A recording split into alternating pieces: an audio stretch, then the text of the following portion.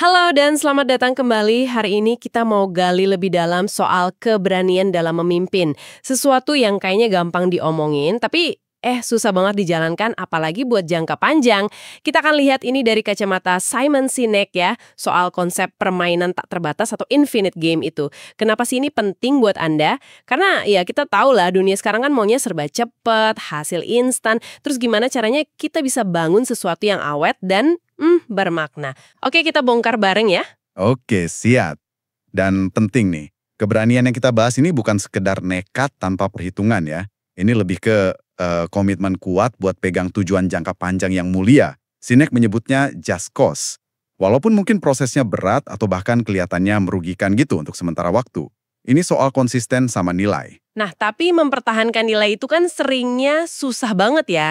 Sumber kita juga menyoroti nih, tekanan dari luar itu kuat. Misalnya dari pemegang saham yang maunya lihat angka bagus tiap kuartal. Atau dari dalam diri kita sendiri juga. Kadang terobsesi sama target jangka pendek. Jadinya sering, nilai-nilai penting malah dikorbankan demi hasil cepat. Kayak kejebak gitu rasanya. Betul sekali. Dan disitulah tantangan kepemimpinan yang sejati itu muncul. Sinek bilang, ini bukan cuma soal capai target angka. Yang lebih penting itu, gimana caranya menciptakan lingkungan kerja yang bikin orang merasa aman, dihargai, terus termotivasi buat berkembang. Nah, membangun yang seperti ini jelas butuh usaha, dan yaitu tadi, keberanian lebih. Jauh lebih susah daripada sekedar, rekrut pecat berdasarkan performa sesaat. Praktik kayak gitu malah bisa mengikis kepercayaan, mematikan inovasi. Disitulah keberanian diuji. Bertahun-tahun mereka juga jualan rokok. Kan kontradiktif banget ya, dilemanya jelas di situ.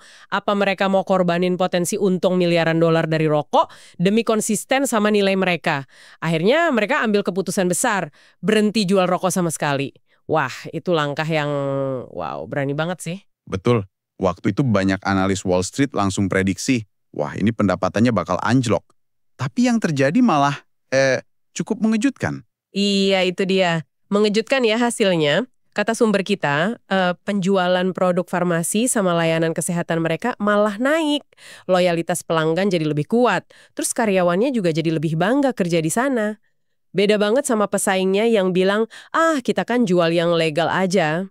Menurut Anda, apa sebenarnya yang bikin langkah berisiko CVS ini kok malah berhasil gitu? Nah, yang menarik di sini, itu resonansinya.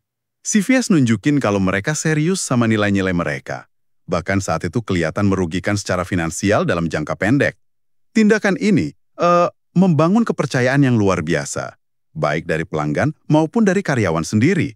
Ini bukti kalau bertindak etis, lebih dari sekedar patuh hukum minimal, itu bisa jadi aset strategis jangka panjang. Hukum itu seringnya cuma standar paling dasar kan? Oh ya, jadi kayak analogi kapal Titanic yang juga disinggung ya. Jumlah sekocinya sih udah sesuai aturan hukum waktu itu. Tapi secara etika jelas kurang banget buat jumlah penumpangnya. Fokusnya cuma penuhi aturan minimal, mengabaikan tanggung jawab etis yang lebih besar. Hasilnya tragis. Apa analogi ini masih nyambung ya sama cara bisnis sekarang? Sangat relevan, sangat. Ini mengingatkan pada gagasan Milton Friedman yang dulu populer banget. Yang bilang kalau tanggung jawab bisnis itu ya cuma memaksimalkan untung buat pemegang saham, asal masih dalam batas hukum.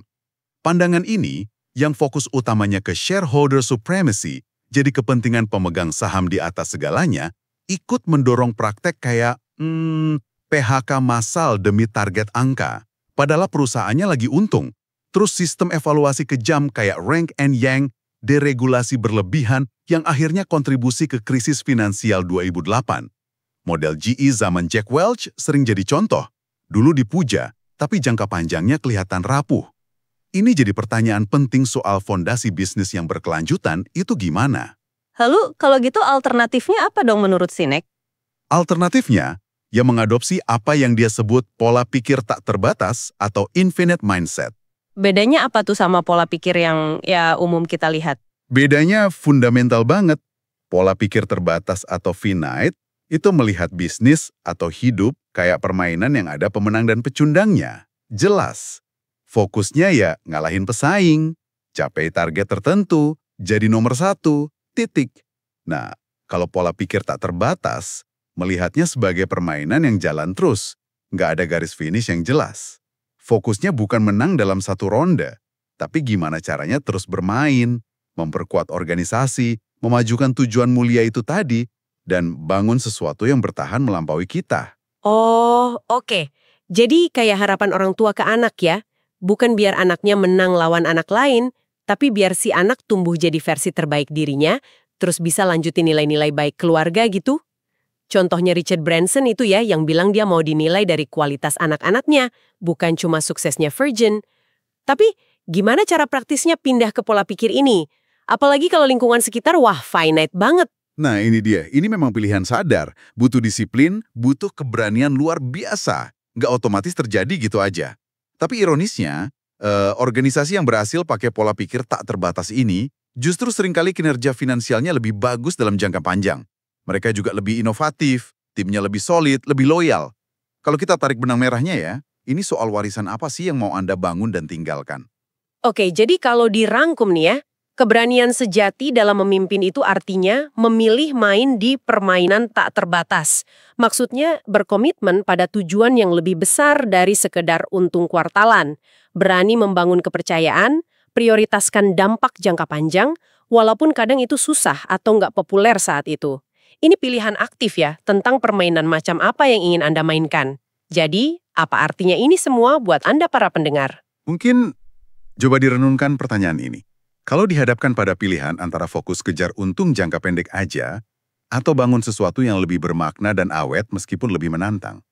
Permainan seperti apa yang sebenarnya paling pas dengan yang ingin Anda mainkan? Baik dalam pekerjaan atau kehidupan Anda secara umum. Pilihan ada di tangan Anda, coba dipikirkan ya.